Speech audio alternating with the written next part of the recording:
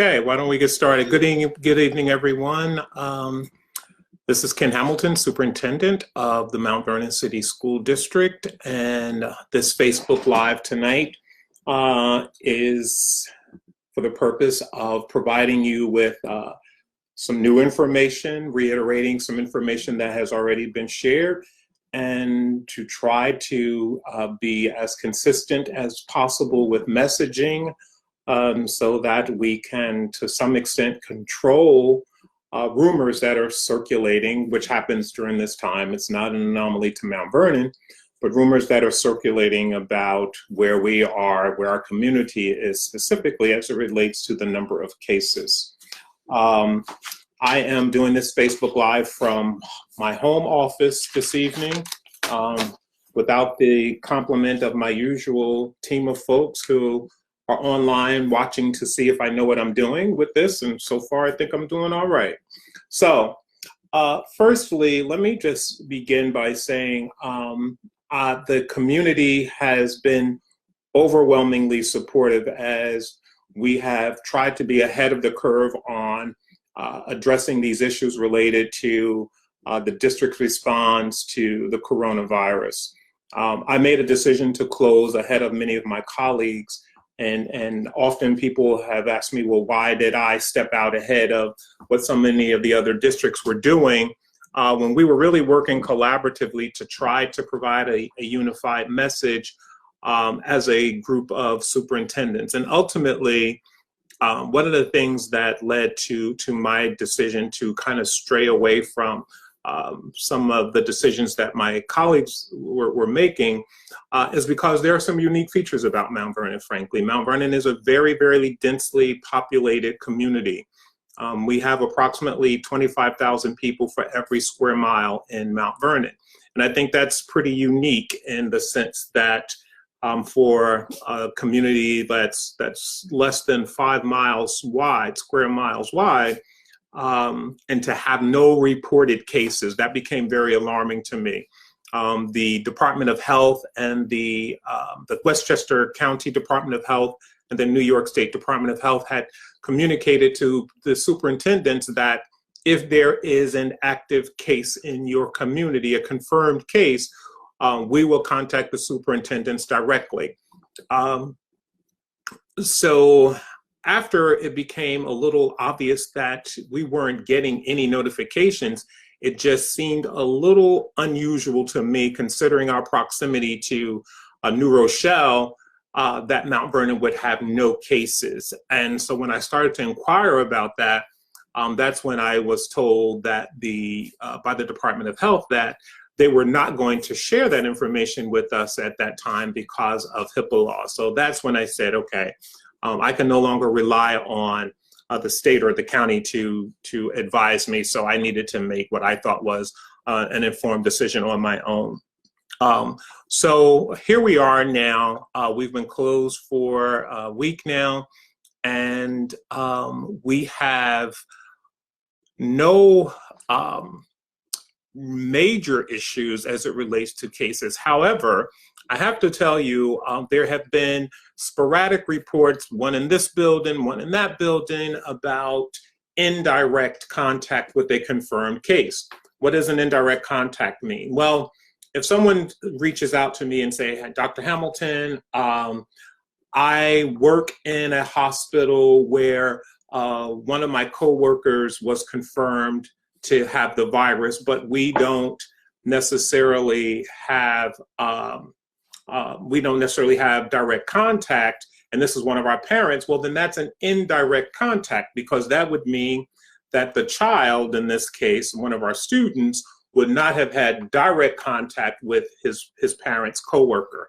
A direct contact would be where a parent, for instance, is confirmed, and while the child may be asymptomatic or may be even negative, that would be a direct case. So where we are now, as recently as today, I have received several calls from people who are either symptomatic or have had direct contact with a confirmed case. And while these have been isolated to some buildings, I have made a decision to share this information across the district because of the fact that we have so many teachers that have shared responsibility. So we could have a guidance counselor for, well, not the guidance counselors, that's not a good example, a social worker or a PE teacher who may work 2 days in one building and 2 days in another building. Well, in that case, to just notify one building, in my view, would be a little reckless. So what I've decided to do tonight is to provide the community with this information. We have several recently as today, confirmed cases of direct or either indirect contact with the coronavirus. So I'm advising all of you who are listening this evening, whether you are a parent or a student or a staff member, if you are asymptomatic, you should monitor that and see if your circumstances will change. The information is on our website about what some of those symptoms are. But if you are asymptomatic, you should exercise extreme caution about how you interact with high-risk groups, particularly those that may already have a compromised immune system or respiratory system, or someone who is elderly. And if you are symptomatic yourself, then you certainly need to seek the advice of your primary care physician. Right now, my understanding is not everyone is being tested. So going to your doctor and saying, hey, one of my coworkers or somebody that my child may have interacted with or had contact with may be positive for the coronavirus, that may not necessarily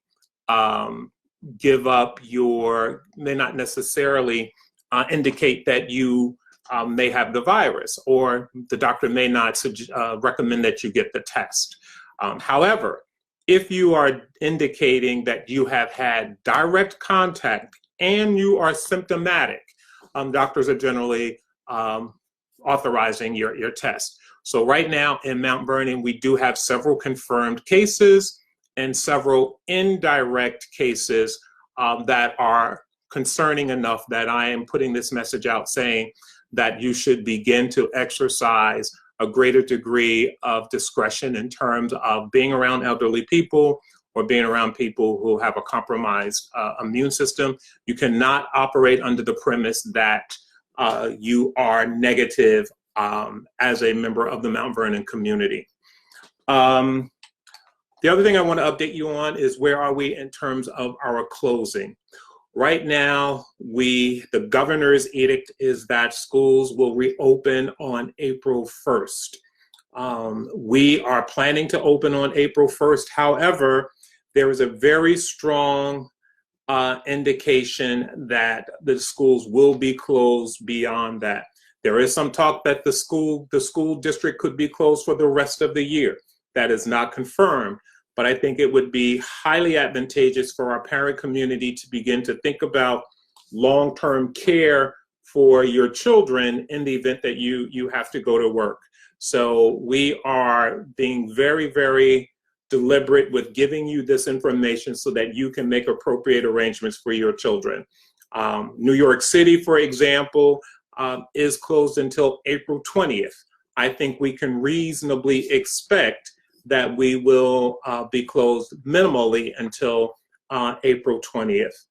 Mount Vernon is going to recognize its spring break in terms of our school calendar. Our spring break begins on April 6th. So we will have our spring break this year. We are in a good position in terms of satisfying our required number of hours in the seat time for our students and meeting the state requirement to the extent that that could very well be suspended anyway.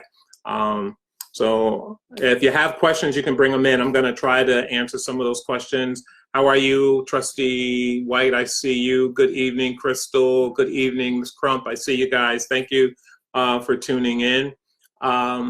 So again, we are going to have our spring break. So services that are currently being provided, resources that are being made available, we are going to recognize our spring break in our school calendar and hopefully resume right after that. And again, I will continue to give you updates as soon as they come to me. The governor usually sends the updates to the superintendents, the executive order, the night before he goes public with them. So we usually get them around 11:30 at night. A couple have come even a little later than that. So to the extent that I get that information, I will certainly share it with you as soon as I can. We are also working to close the gap on those youngsters who do not have laptops. So last week, we stepped out and we had some laptop computers that we were going to access for our students. We gave away about 230, and that was done on a first come, first served basis. And we also created a waiting list. So even with those on the first come, first served basis and the waiting list, we were able to take care of everyone who was on the list. Since that time, however, we have gotten other calls from other parents saying, you know, I need another device, or I have multiple children in my home. I have 4 or 5, 6 kids in my home, in my family, and one device is not sufficient for all of them to be able to be online. So we are now working on that. We are, the list we have now has close to another 300 students on our list. So I'm pleading to you, if you have a laptop or an iPad that you would like to donate, you can certainly do that. We will clean the machines up, ghost them, and prepare them for distribution for our students. Our goal is to make sure that we have a device for every youngster in our district that needs one. We cannot commit to giving one for every kid in the family. So I do need to be clear about that. So if you have 5 kids, that doesn't mean you're going to get 5 laptops. But once we go through our cycle and we're able to ensure that at least every home has one device, then we will go back then and start seeing how we can supplement your technology and your devices' access to technology in your own homes for those youngsters with additional students. We are also working with some of our organizations. The Mount Vernon Educational Foundation is seeking to buy laptops for us. The PTA, that dance is canceled this year, by the way, but the PTA is also has also made a commitment to buy some devices for us to help fill that gap for our students. So we're doing everything we can. And I have to tell you, our teachers have been extraordinary with getting on and providing those digital lessons for our students and taking full advantage of Schoology. We're working to supplement services for those youngsters with IEPs so that if they're entitled to speech, they're still getting their speech. If they need additional tutorial services, we're setting up systems so that those services can be provided as well. But just be patient with us. This is evolving. It's new to us, and we have to work with our unions. We have staff members whose children are home because their schools are closed. We have staff members who are concerned about exposure and bringing that home to their own family, which is a very legitimate concern. So while we're working to ensure that we are providing the best educational services possible for our students, we also want to be mindful of the fact that our teachers and support staff and administrators, we have an obligation to keep them healthy and safe as well. So we're trying to balance all those things as best as we can. So if you have some devices, get them in. You will be getting information from me in the next day or two about the next phase of our rollout of devices for students who still need them. Right now we have about 80 that we're going to be giving out relatively soon.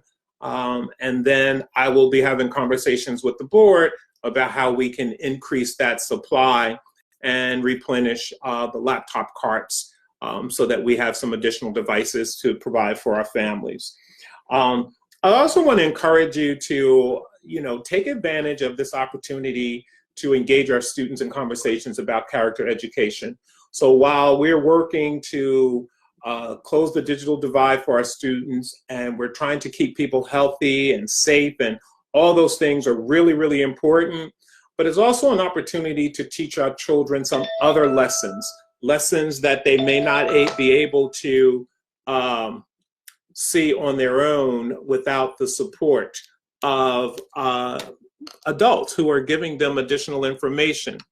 And that is how to be a member of a community, a society where you care about the safety and welfare and well-being of someone else. So there are some other lessons here that our students can learn. They can learn what it means to be mindful of someone who is less fortunate, what it means to be self-starters, what it means to take responsibility for their own learning, because there is a huge piece of student and parent responsibility that goes into this equation.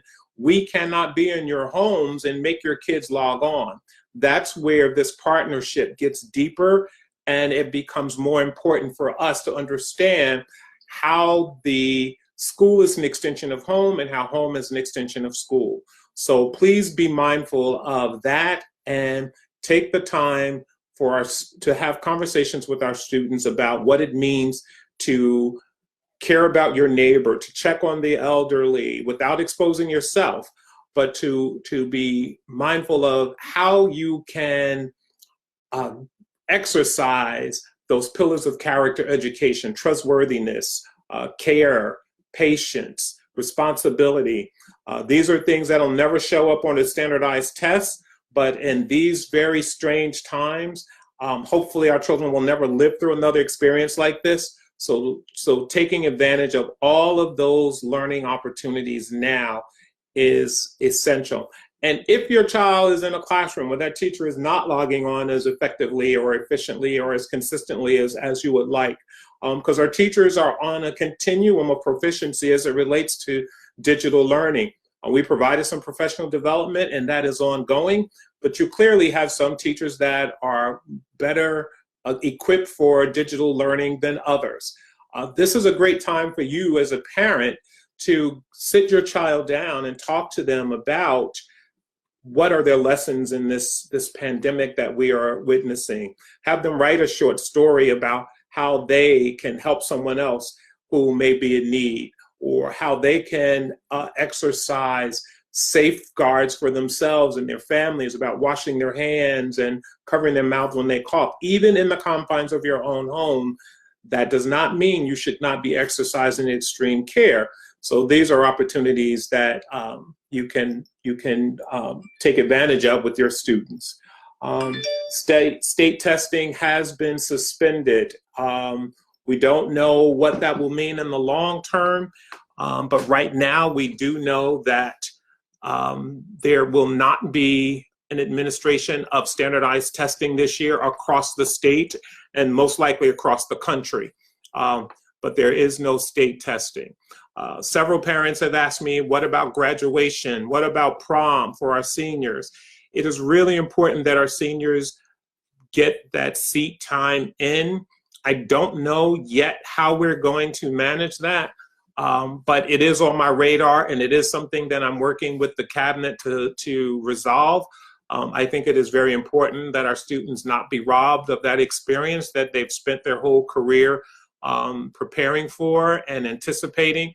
So we want to make sure that they have that. So we haven't figured out the how yet, but we do have a commitment to make sure our students get the full benefits and experiences and extracurricular activities that comes along with being a senior, a graduating senior. I still need to hear about your cases, however. If you are experiencing or learning of confirmed cases, please report them so that we can make sure that we are notifying the necessary people. But as of tonight, I want to be very clear. You should assume that you have probably been exposed, and your behavior should reflect that. If you are symptomatic, call your doctor immediately. If you are exposed and asymptomatic, be sure to check and monitor your symptoms. Children may not always understand social distancing. They may not always understand how important it is to respect space and boundaries between the elderly if they're living with grandma, or grandpa, or auntie or uncle who may be a little older. But please make sure that we're taking this opportunity to teach our children. So I've covered notification, the update on the closure. Right now, April 1st, most likely it will be extended by the end of this week to April 20th, and potentially the rest of this academic year. So please plan accordingly. You will be getting additional information from me regarding our next phase of computer giveaways, laptop giveaways. If you do not have one, please let us know. You can call the main office at 914-665-6500 and extension 5202. While there's no one in the office phones are on forward to a cell phone, and those phones are being monitored during regular business hours. We are recognizing spring break in our school calendar, and state testing has been suspended. So I'm going to try now to get to some of the no regents. I see that on there as well. There are no regents scheduled for this year. We are talking about what we will do with that information relative to how we will ensure that students have demonstrated mastery for content expertise and mastery. So we'll be looking at whether or not we come up with some other kind of mechanism to make sure that our students have satisfied course requirements. So I'm going to try to answer some questions on here. County Executive George Lattimore says Mount Vernon has 70 confirmed cases. Is this true? I don't have any specific numbers. That would not surprise me, however, if that 70 number was pretty accurate. You know, I'm relying on people to self-report, meaning that once they get the information about their own diagnoses, that they will contact me or contact their principals, and principals will then let me know, and I cannot notify parents directly. Principals have access to their own school information, but they do not have access to district-wide information. So that's why they have been notifying me. I'm trying to get some of these other cases on here. Please clarify no standardized tests this year. The grades 3 through 8 that are generally tested in the spring, and that data is used to inform our next year planning, will not be administered by the state. So there will not be a grade 3 through 8 ELA or math test, and Regents testing has also been suspended so far. And that again is operating from the premise that school will be out for the rest of this year.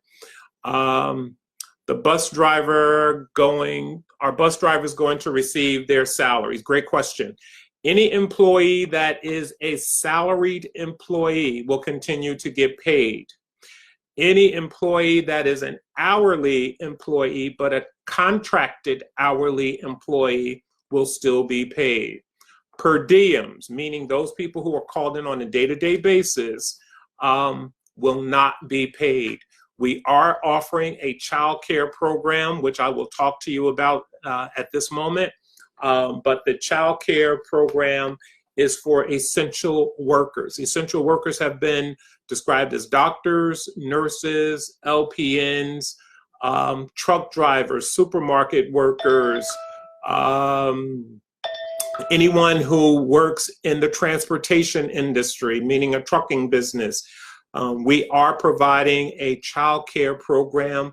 The state asks us to provide this program from 8 a.m. to 6 p.m. We've actually started at 7 and we're running until 6.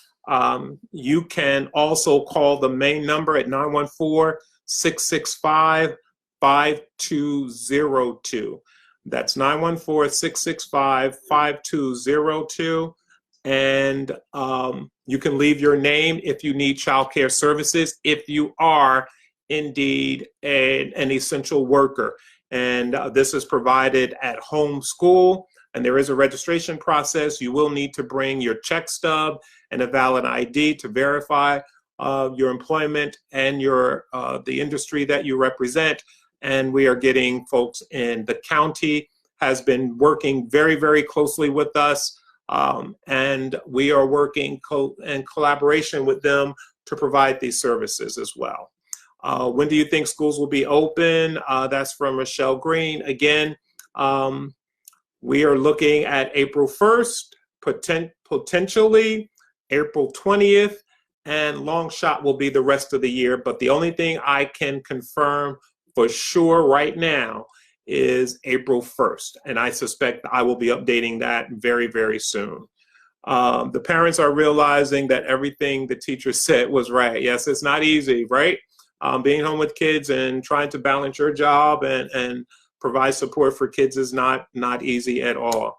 Too much homework in all subjects for 12th graders. Thank you for bringing that to my attention. I had a couple of students who emailed me as well saying that they felt a little overloaded. So we're working with teachers right now to modify those assignments as well.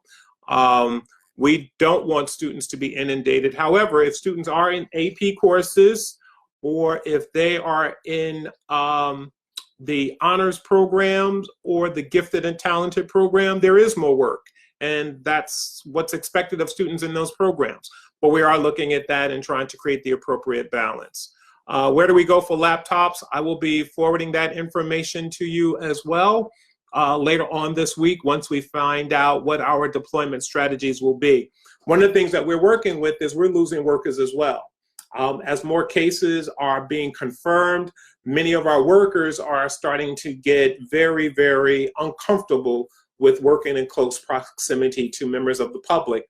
So we're running a little short staff. So our per diem workers, those folks who would not otherwise have any income at all, we're trying to get them in and generate some income for them. So our long-term substitute teachers, our per diem workers who don't necessarily have a steady income, we're trying to create opportunities for them as well. You can also call, this is from Dr. Gail White Wallace, related to childcare. Please be prepared to write this number down. You can call Homeschool directly, and that's at 914-358-2402. Will students continue to receive breakfast and lunch as long as school is suspended? Absolutely. We will continue to provide our grab-and-go lunches, breakfast and lunch. We have added a 5th site, so lunches are now available from 9 a.m. till 10:30 a.m. Monday through Friday at Graham School, Hamilton, Traphagen, now Grimes, and I'm missing one. Who am I missing? Graham, Hamilton, Traphagen, Benjamin Turner. That's the one I was mentioning. Benjamin Turner, and now Grimes has been added. So we have 5 sites. If you have a special circumstance and you cannot get to school, we have people who are willing to deliver door to door, and we have exercised that to some extent. So please call again that main number at 914-665-5202, and we will make arrangements to get lunches delivered, breakfast and lunch delivered to your door. The only time breakfast and lunch will not be served will be during spring break. So we will be suspending, just like we would in any other situation, we will be suspending lunch service during spring break. Are students being penalized if they are having a hard time? Absolutely not. But we do want students to email their teachers, go on to Schoology, go on to Zoom, and let your teacher know that you're having some challenges. We will get you some additional help. Thank you for asking that question. Dr. Hamilton, how about kids that are homebound before all of this? Great question. Our homebound students, you can send an email to ksmith at mtvernon.csd.org. If you have a homebound student who has not been getting services or missing out on some of this information during this time, please let us know. We want to make sure that all of our students are getting the supports they need. And if they've been on homebound, it's quite possible that they're missing some of this vital information. There are several questions popping in. I'm trying to grab them as much as we can. What supports are given to students who have an IEP and struggling with the online work? We had a conversation today about that, as a matter of fact. So your child has a case manager. That case manager is responsible for reaching out and checking with students and finding out if they're having any struggles.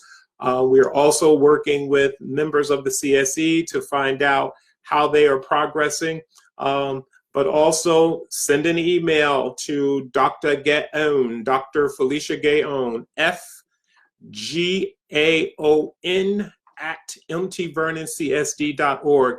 If you have a youngster with an IEP and having a difficult time, please make sure that you reach out and let her know that, so that kids do not fall between the cracks. All staff, teachers, and administrators are doing amazing. Continue the great work for this community. This is such an unforeseen. Thank you. I have been receiving, I want to thank the community for that. I have been receiving such positive feedback on my email and by way of the district Facebook page. Parents appreciating the work. And I have to tell you, it's because I work with some extraordinary people, an exceptional board of trustees who have been encouraging and supportive during this extremely difficult time. Those numbers again, if you are trying to get on our list for computer distribution, is 914-665-5202.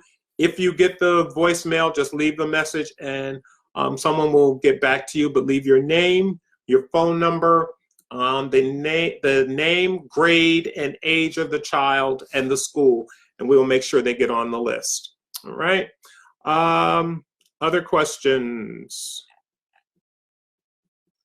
The schools are not going to open, trust me, when New York hit. I don't need to read that one. I wish homeschool would use Zoom more video with the teachers. That would be great. That's a good point. Thank you for that. We're looking to see how teachers are using Zoom. Some teachers are comfortable with using it, some are not. We're giving them a series of options on how they can reach their students. Zoom is just one of them. Other folks are using Skype.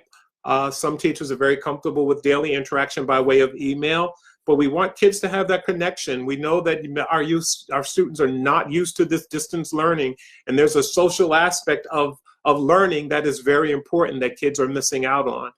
So I encourage you to make sure your kids have an opportunity to do distance learning in a different way, specifically teaching youngsters how they can visit other countries virtually, teaching them how to interact with some of their friends through Zoom.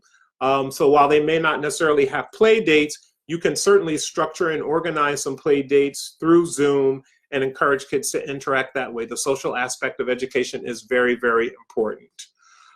Please repeat the person with the IEPs. That's Dr. Gaon. She is the director of pupil person of special ed, I'm sorry. And her email is FGAON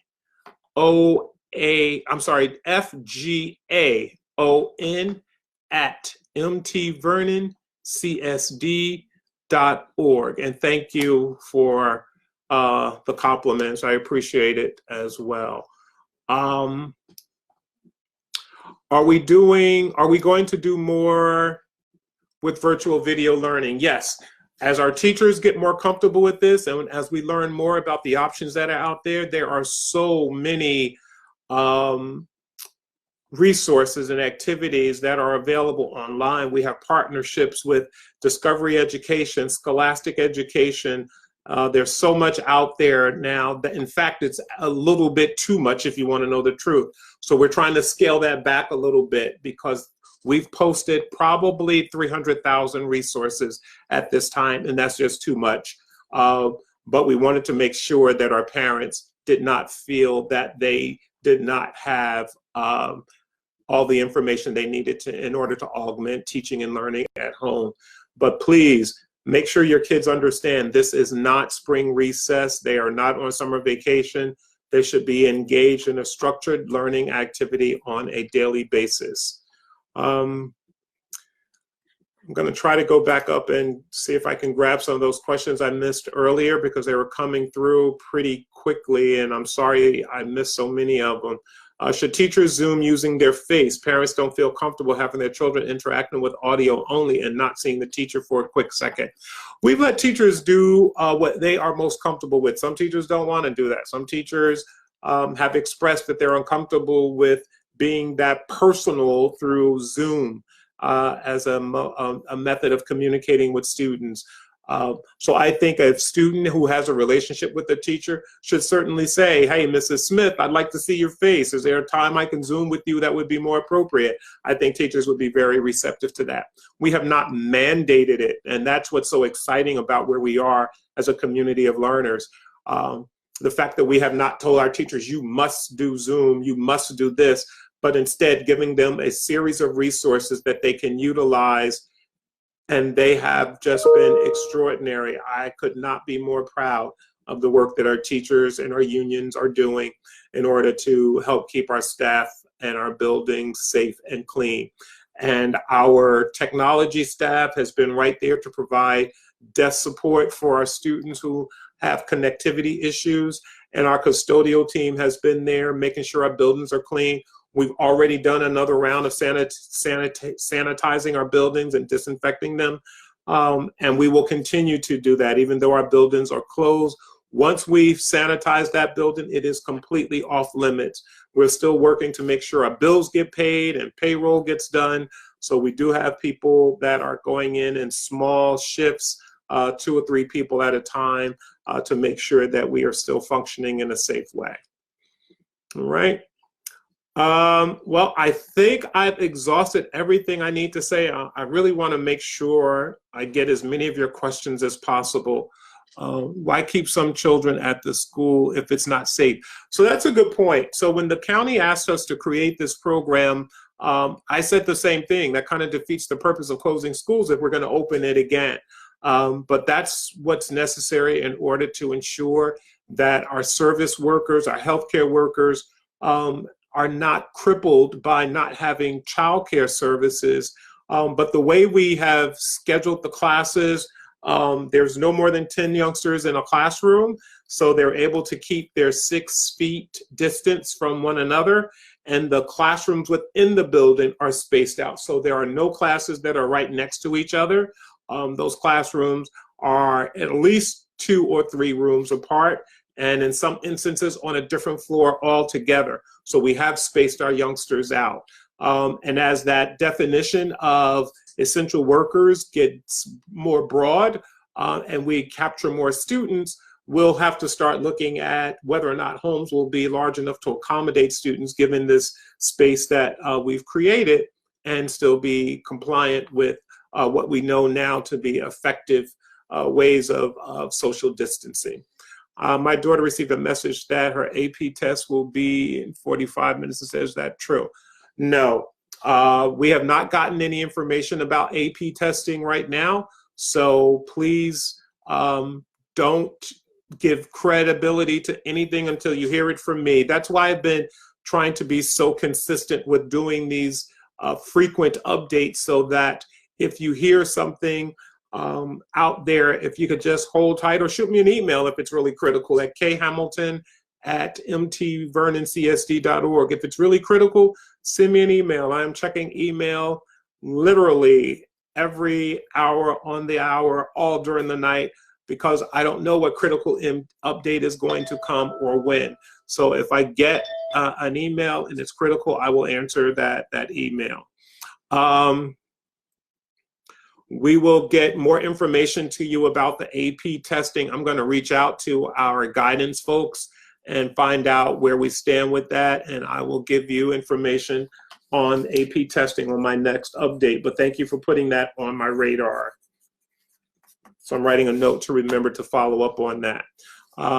Is there school on the 31st? Great question. No.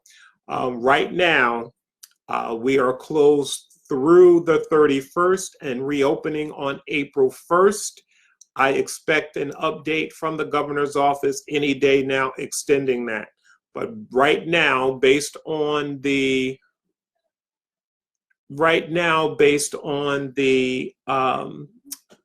executive order from the governor, Westchester schools are scheduled to open on April 1st. I'm getting a message that the mailbox is full, 665. That's 5202. So, Ms. Feldman, that number is 914-665-5202.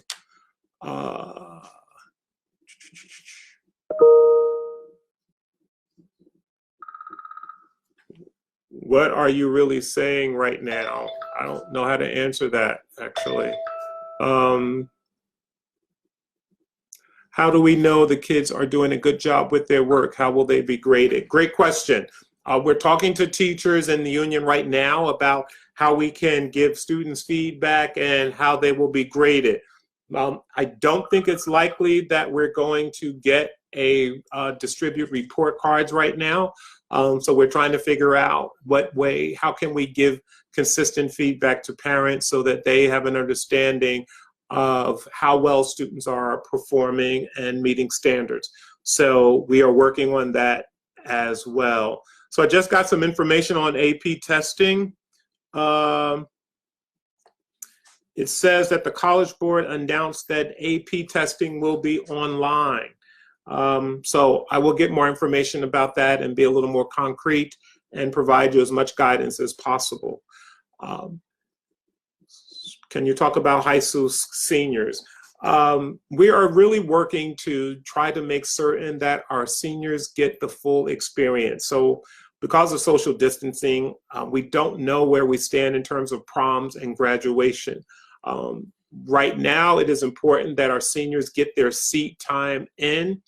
And as soon as we get direction from the governor by way of an executive order, because the superintendents are meeting with the county and state officials on Mondays and Fridays. So we get that. We had our conversation already this morning, and we are asking those questions. What about our seniors? What about graduations? What about proms? And we don't have answers to that yet.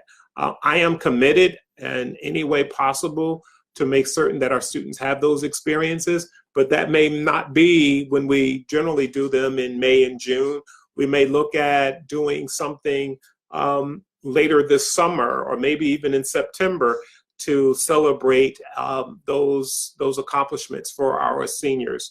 So please anticipate more information in that regard. It is absolutely on my radar, and I am committed to honoring that. All right, I think I read that they were going to be taking temperatures, that will have a nurse on staff, I think. So we do have nurses on staff in our child care center. So if a student has a temperature or becomes symptomatic, our nurses are there, they are equipped, they are trained, and they have a protocol for managing that. So fortunately, we have gone above and beyond what is required of us in terms of providing these programs and services to our students and our first responders and healthcare workers. But we're doing it with diligence, and we're doing it with deliberate action so that everyone gets the benefit of the best care possible. And we have a vested interest in making sure that our staff members are also protected from students who may be exposed because of the work that their parents do. So we're continuing to work on that. Can you please give an update on the Regents for seniors who need Regents credits to graduate? Yes, we're going to be talking with C&I later, curriculum and instruction, later this week to talk very specifically about those youngsters who need additional credits. That's why I talked about those seat hours earlier on. Minimally, those seniors need to be logging in and keeping a record, and we have a way of monitoring that in Schoology as well. But we want to also make certain that those students who are behind in credits. Now, there are some youngsters that are considerably behind in credits, and this is not an opportune time for them. But those youngsters that may need 3 or 4 more credits, we will be talking about creating extra credit work for them through Schoology, through this online process, to make sure that they have an opportunity to make that work up and satisfy their 22 credits and requirements for graduation. So we are working on that. Stay tuned for that. I also want to make a note to get back to our parents on seniors and Regents testing, as well as those that may be credit short on credits. Okay. It's up to teachers, so they have been multiple materials to stay in touch with the teachers. Zoom was one of them, and some teachers may not have wanted to use it. He was replying. Thank you for that, Bob. I appreciate that. Is it true that teachers were told by the union not to use Zoom? No. What the union said to the teachers is that there were certain things that they were not obligated to do contractually, but were certainly encouraged to do for the continuity of care and instruction. So the union is on board with us. We're meeting with them regularly, and we're providing them with support. They're providing us with support. There are some bargaining issues, not just with our teachers, but with our support staff as well. We really have to kind of manage this as we go through this process, and as we learn about some of our shortcomings, work to improve that moving forward. Mrs. Montessier, I think you should rethink making Zoom instruction optional to teachers. Children are missing out on in-class instruction. I missed some of that. It scrolled up. But Mrs. Montessier, you're right. We are looking to see how much of that we can cement into our practices. And frankly, a lot of it is going to depend on how long we will be in this situation. If we are, in fact, going to be coming back to school on April 1st, highly unlikely. I shouldn't even talk about that at this point. If we are looking to coming back to school on April 20th, let's talk about that. Then that'll take one approach. If we are going to be doing this digital learning platform for the rest of this school year, then we're going to have to negotiate greater expectations and increased accountability for our staff members in order to ensure that our students are getting the best care possible. Again, just to reiterate it, if you need a laptop, please call 665-5202. That's 914-665-5202. Miss Gregory, Sonia Gregory, is taking messages on that line, and we will try to get you one. Right now, we have about almost 300 more requests for laptops, and we are going to try to fill them. We have 80 right now that we will be giving out rather immediately. And then we'll start working on our next distribution list. All right, please address the union's policy with teachers in Zoom. Was told a letter went out. Yes, I did just address that. A letter did go out, and we spoke with the unions this morning, and we've worked that out. We're going to be co-authoring a letter that goes out to teachers tomorrow based on our agreed upon expectations for how we deliver instruction during this digital learning implementation. You're trying to take my son's graduation away. No, I'm not actually. I'm trying to make sure your son has his graduation, but we can't have graduation if we're told to stay a minimum of 6 feet away from each other. That's going to be kind of hard to do. So, Mr. Lawrence, we're working on making sure your son has his experience. We're not trying to take it away. If you heard what I said, I'm trying to make sure that he has that experience, in fact. Okay. Thank you very much for tuning in tonight. I will try to get back to some of these questions and those that I missed, and there were a lot. There were over 1,000 comments tonight. We're going to try to capture some more of them. Some of them were repetitive, of course, and that's natural in this environment. I will take one more. Laptops and Chromebooks have to be returned. Right now, we are putting the devices out on loan. and students will need to check in with us. But as long as they are students with us, we will certainly continue to let them have access to those computers. And of course, if we are at a point where we have to start buying new devices, then the responsibility will be a little different.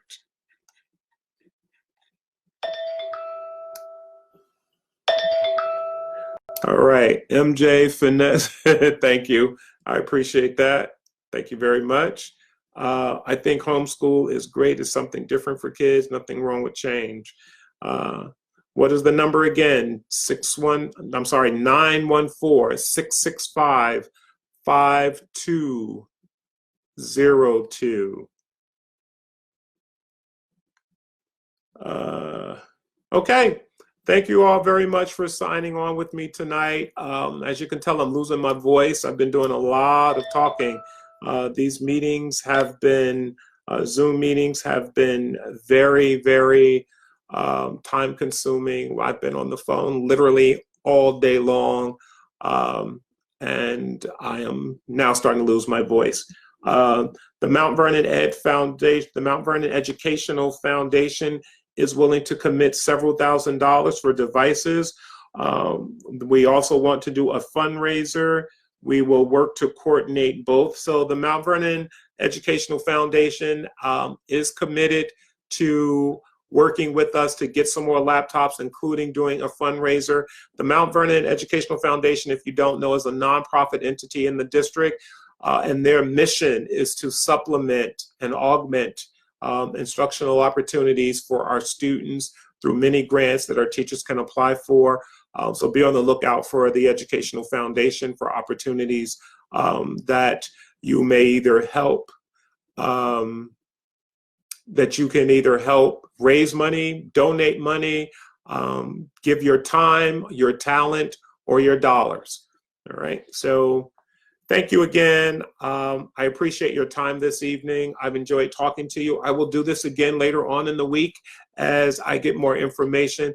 But thank you all for all of your positive feedback, your kudos to me and to my cabinet, to our board. We're trying. This is a difficult time for all of us, a very difficult time. It's frustrating because we're learning things at 12 o'clock at night that we have to implement the next day. But we're doing it, and we're going to continue to do it. And we are committed to making this process as smooth as possible for all of our students.